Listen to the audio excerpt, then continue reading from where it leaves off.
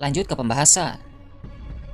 Dalam chapter 1120, cerita akan memperlihatkan pertarungan seru, alur menarik, dan mengungkap misteri-misteri penting. Salah satu yang akan mendapat sorotan tentu adalah Emmet, atau yang sering kita sebut sebagai robot kuno. Sebab dalam chapter lalu diperlihatkan robot itu keluar dari dalam lautan dan melancarkan tinju kuat kepada Gorosei Warkuri. Sebelum pertarungan berlanjut, akan ditampilkan terlebih dahulu kilas balik yang mengungkap hal-hal penting terkait robot tersebut. Seperti yang kita tahu, Emmet pernah menyerang Mary Joyce pada 200 tahun yang lalu, dan hal itu telah dikonfirmasi dalam chapter 1067. Alasan mengapa sang robot kuno menyerang Mary Joyce masih menjadi misteri, namun hal itu akan segera terungkap pada chapter terbaru ini.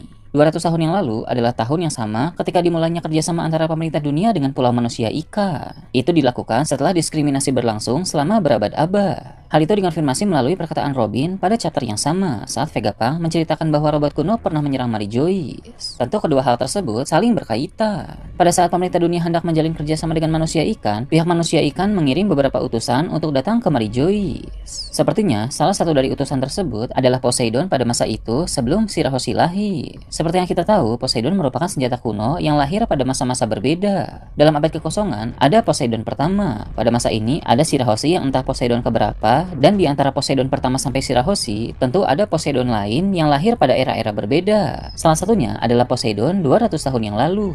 Saat Poseidon itu datang ke Mary Joyce bersama beberapa utusan manusia ikan, Gorosei dan Im Sama mengambil kesempatan untuk menghabisi Poseidon tersebut. Sebab Poseidon memang diincar untuk dibunuh oleh mereka. Bahkan sampai pada masa ini pun, Poseidon baru yaitu Shirahoshi masih diincar. Hal itu bisa kita lihat di mana ada foto Shirahoshi yang tertancap pedang di ruangan Im Sama. Itu menjadi pertanda bahwa dia ingin Shirahoshi mati.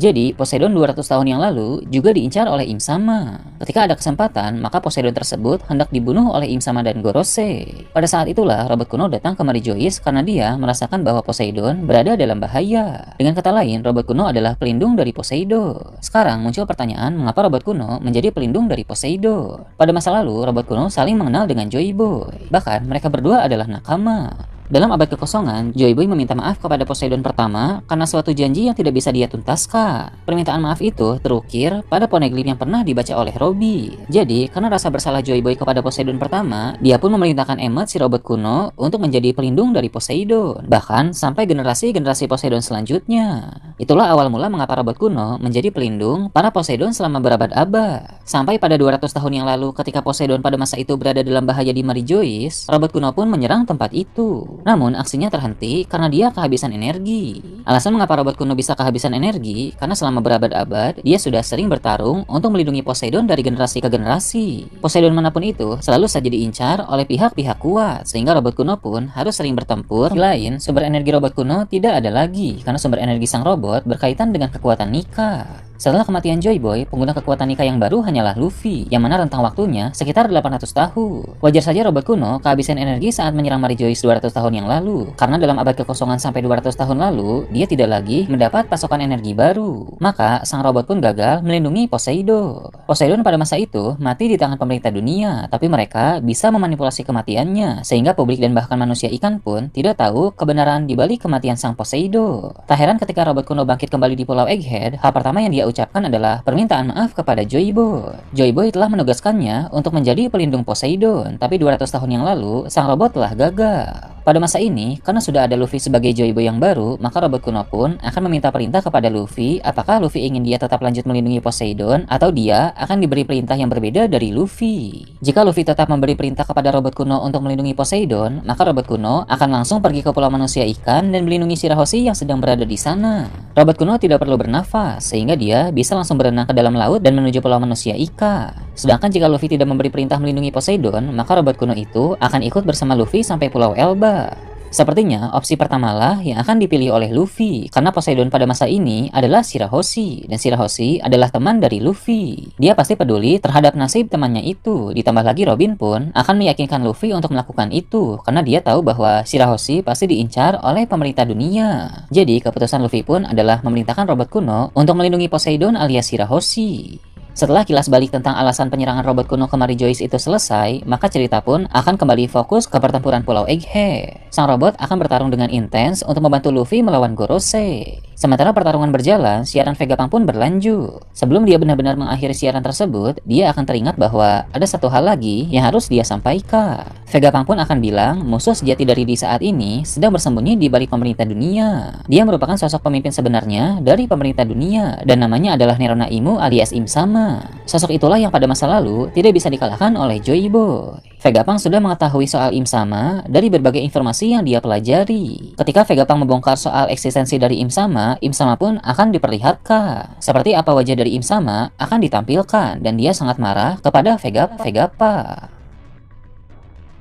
Di tempat Morgan, Swapol pun akhirnya mengaku bahwa dia telah melihat ada sosok misterius yang duduk di tahta kosong. Morgan akan menyimpulkan bahwa itulah Im Sama yang Vegapunk maksud, dan Morgan pun siap untuk menulis berita. Lalu, di kerajaan Kamabaka, pasukan revolusi pun akan kembali membahas soal Im Sama. Sabo sudah melihat sendiri sosok tersebut, sehingga perkataan dari Vegapunk memang tidak bisa diragukan lagi. Menurut Dragon, sosok itulah musuh terbesar dari pasukan revolusi. Setelah itu, cerita akan kembali ke Pulau Egghead dan menampilkan Luffy, Sanji, dan yang lain dalam pertempuran melawan Gorose. Pada chapter yang lalu, Sanji mengaktifkan mode Ifrit Jambe untuk mengeluarkan api biru, lalu dia menggunakan teknik Hell Memories. Ini adalah kali pertama Sanji menggunakan Hell Memories dalam mode Ifrit Jambe. Biasanya, Hell Memories Sanji hanya akan menghasilkan api merah. Tapi, dalam mode Ifrit Jambe, Hell Memories ini pasti berkali-kali lipat lebih hebat karena menghasilkan api biru dan tendangannya semakin kuat. Penguasaan Sanji terhadap mode Ifrit Jambe telah semakin meningkat, sehingga nanti akan ada semakin banyak teknik yang bisa dia gunakan dalam mode tersebut. Luffy pun saat ini sudah bisa saling terkoneksi dengan robot kuno, sehingga mereka bisa bekerja sama dengan baik melawan Gorose. Di sana, Jupiter terlihat cukup panik karena pasti akan semakin merepotkan melawan Luffy. Warkuri juga sama, karena pertahanannya saat ini sudah berhasil ditembus, sehingga serangan-serangan selanjutnya pasti akan terasa sangat menyakitkan. Berpindah ke tempat lain, Atlas kembali ke dalam pulau untuk melakukan sesuatu bersama Lily. Seperti yang telah dia katakan dalam chapter sebelumnya, ada dua hal yang akan mereka lakukan. Pertama, mereka akan meringkus York agar dia tidak bisa lagi melacak keberadaan mereka. Kedua, menghancurkan laboratorium di Pulau Egghead. Alasan mengapa laboratorium itu harus dihancurkan agar tidak disalahgunakan oleh pihak pemerintah dunia. Sekarang pertanyaannya adalah bagaimana cara menghancurkan laboratorium tersebut. Bila kita ingat kembali pada masa time skip Franky terlempar ke Pulau Karakuri, kampung halaman dari Vegapunk. Di sana ada laboratorium peninggalan dari sang ilmuwan jenius itu. Laboratorium tersebut memiliki tombol yang jika ditekan maka akan membuat laboratorium tersebut hancur dengan sendirinya. Laboratorium di Pulau Egghead pun memiliki tombol yang sama yang jika ditekan akan menghancurkan laboratorium tersebut. Nah, tombol itulah yang harus ditekan oleh Atlas dan Lilith nanti.